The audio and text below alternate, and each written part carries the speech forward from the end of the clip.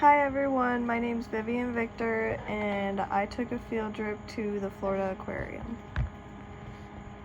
The location would be that I went to the Florida Aquarium because I had already visited the Mote Aquarium and I wanted to see some new features and I wanted to know what the Florida Aquarium was like. But I'm glad that I chose this aquarium because it had a lot of marine life that I could observe and it was very interesting what I got to see.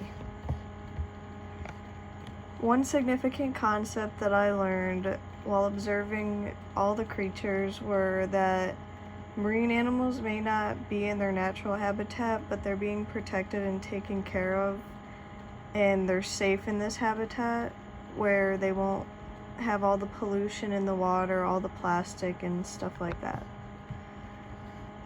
I learned about many species and how each species is put into one specific area of each part of the aquarium. This relates to the section in class that involves biomass.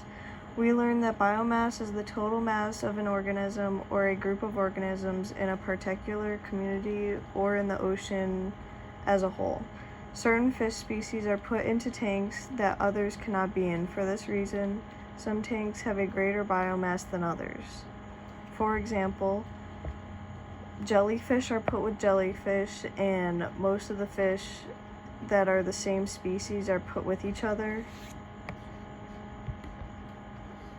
One primary producer that I had observed is seagrass, and common names for this is manatee grass, and seagrass is specialized for a marine environment because it has a very great biomass that provides food and habitat for both young and adult sea life that have backbones and have no backbones.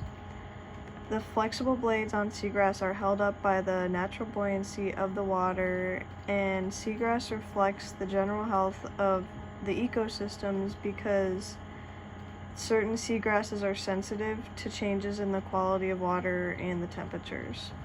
Seagrass would be at the bottom of the food chain because they produce food for other organisms.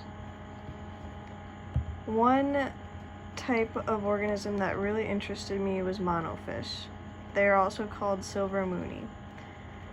They are found in schools and they are secondary consumers because they are eaten by larger fish. Human interactions may impact the species that are observed at the aquarium because certain species can't be touched, and if you do touch the species in the wrong part, it could harm them.